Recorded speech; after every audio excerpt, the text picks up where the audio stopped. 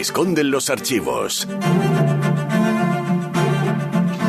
Otro miércoles más estamos en el Archivo Histórico Provincial de Cádiz para hablar sobre uno de los muchos tesoros que tiene este lugar. Lo vamos a hacer con el director del archivo, con Santiago Saborido, a quien vamos ya a saludar. Hola Santiago, muy buenas. ¿Qué tal, Manu? Buenos días, ¿qué tal? Hoy vamos a hablar de los balnearios en Cádiz desde una perspectiva muy curiosa, desde cómo estaban construidos. Y esto nos va a servir también, evidentemente, para recordar cómo se utilizaban, la importancia y cómo era, en cierto modo, la sociedad de aquella época. En este documento destacado que tenéis aquí, ¿qué contáis sobre los balnearios? Pues mira, Manu, esta es una documentación muy curiosa porque aparece toda la planimetría y todos los reglamentos que van a regular todo lo que van a hacer los baños públicos, los baños de mar, desde mediados del siglo XIX en la ciudad de Cádiz. Y todo este nos llega porque, bueno, procede del antiguo Fondo de la Jefatura de Obras Públicas. Y sobre todo son proyectos de carretera, caminos vecinales, faros, puentes, puertos, ferrocarriles, tranvías, que en alguna ocasión hemos ido planteando y sacando en nuestras redes sociales y en nuestra página web. Y bueno, centrándonos en los baños públicos y edificios de recreo, hay que decir que en Cádiz, desde mediados del siglo XIX, y como te comentaba fuera de micrófono, pues bueno, por un poco la moda que viene de Santander, de San Sebastián, incluso de toda la costa mediterránea de Niza y también de la costa atlántica francesa, pues bueno, se empieza a ver y se empieza a recomendar por los médicos los balnearios y los baños de mar, ¿no?, entre otros.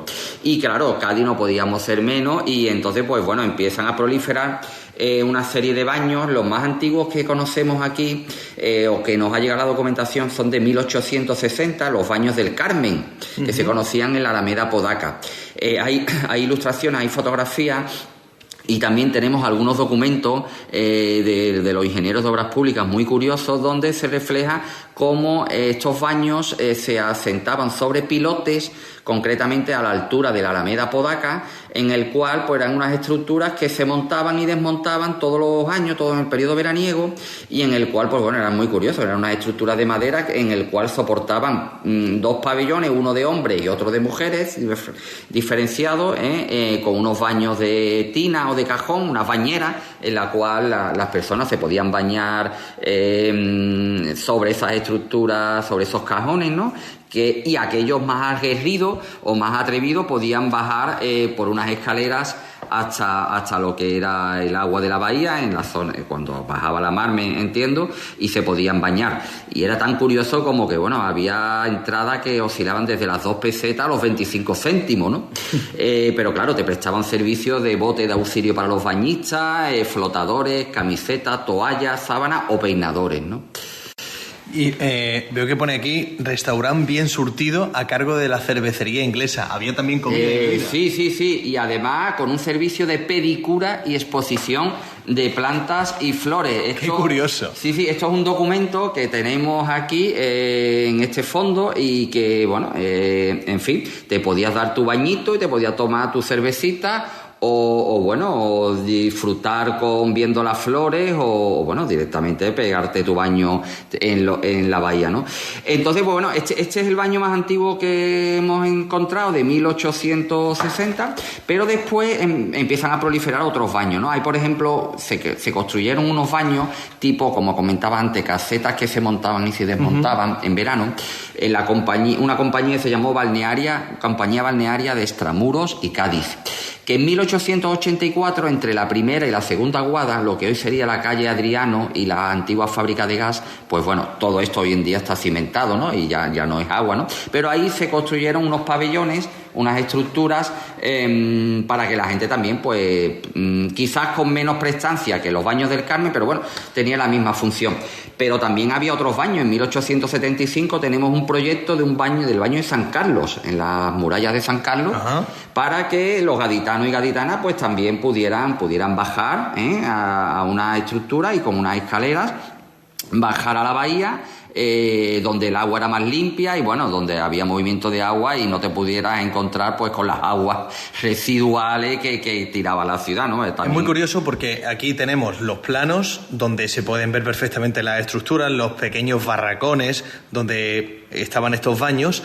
Y también conviene recordar que la costumbre de hoy de ir a la playa a bañarnos como modo de ocio, ni mucho menos era la misma en el siglo XIX. De hecho, al mar se vertía todo lo que venía de las cañerías. Todo, sí. Y bueno, y después quizás el balneario, los dos balnearios más destacados que han llegado hasta nuestros días, algunos muy modificados, fue el Gran Balneario Victoria, lo que hoy es el hotel, bueno, lo que luego fue el Hotel Victoria, bueno, y lo que hoy es el hotel, ¿no? El Hotel Victoria, se conoce todavía, el Gran Balneario Victoria, que se monta en 1906 en la zona denominada de la Victoria, o Playa del Sur. Playa del Sur. La Playa del Sur, sí. Claro, hay que tener en cuenta, Manu, que fuera de prácticamente de la línea de Puerta de Tierra hasta bien entrados los años 40 o 50, quitando algunos chalés que son de esta época que se construyen en el ámbito turístico, no existía nada. Claro. Porque es que además era una zona que los militares, en una zona militar y no se permitía, ¿no? Y entonces, pues bueno, este balneario tiene un pabellón central, tenemos unos planos que son maravillosos, unos planos en cianotipo que son muy bonitos, en el cual con un pabellón central, pues bueno, y después una serie de pabellones, pues los gaditanos podían no solo bañarse en esta Playa del Sur, que es nuestra Playa de la Victoria, ¿no? Consideramos la mejor de la ciudad, sino que también pues podían tomarse su café, su vermú y demás. Todo esto pues ha ido pasando, luego fue en 1929 un fuerte temporal se lo llevó, sí. Este proyecto en 1928 el ayuntamiento se hace cargo de este balneario, el ayuntamiento de Cádiz. En 1973 la empresa Playa Victoria propone construir un nuevo hotel de 4 estrellas, pero que nunca llegó a ejecutarse, y ya por último se demolió y se construyó la actual Playa Victoria, el Playa Victoria, el que conocemos en 1989, ¿no? Exactamente. Y ya por último, pues bueno, el balneario de La Caleta, o el más conocido, ¿no? El balneario que está en la playa de La Caleta, que se conocía como balneario de La Palma o del Real. ¿Y por qué era eso del Real?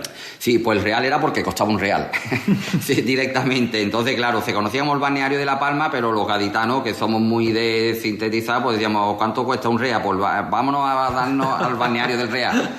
Entonces de ahí viene el nombre, ¿no? El balneario del Real. Este balneario del Real o de La Palma se construye en 1924, porque hasta entonces lo que había eran lo mismo, barracones que se montaban y se desmontaban. Entonces había, pues bueno, por parte del ayuntamiento y de la Diputación, que también colaboró, lo que se quería era montar un balneario similar a lo que podía haber en Santander o en San Sebastián, ¿no? Y que afortunadamente ha llegado hasta nuestros días.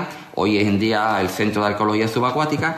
Y vemos aquí en el plano, en el cianotipo, ¿no? Cianotipo, sí. Los característicos brazos a izquierda y a derecha. ¿No siempre tuvo esa estructura a los laterales o sí? Sí. El proyecto ha llegado de 1924, ha llegado hasta nuestros días igual. La estructura es igual, lo que pasa es que indudablemente, bueno, ha habido que volver a pilotar, porque claro, el mar se ha ido llevando las estructuras de hormigón. Sí, pero nació así, con idea de tener un pabellón central, ¿vale? Y después una zona era de balneario, una zona era de mujeres y niños y otra zona era de hombres.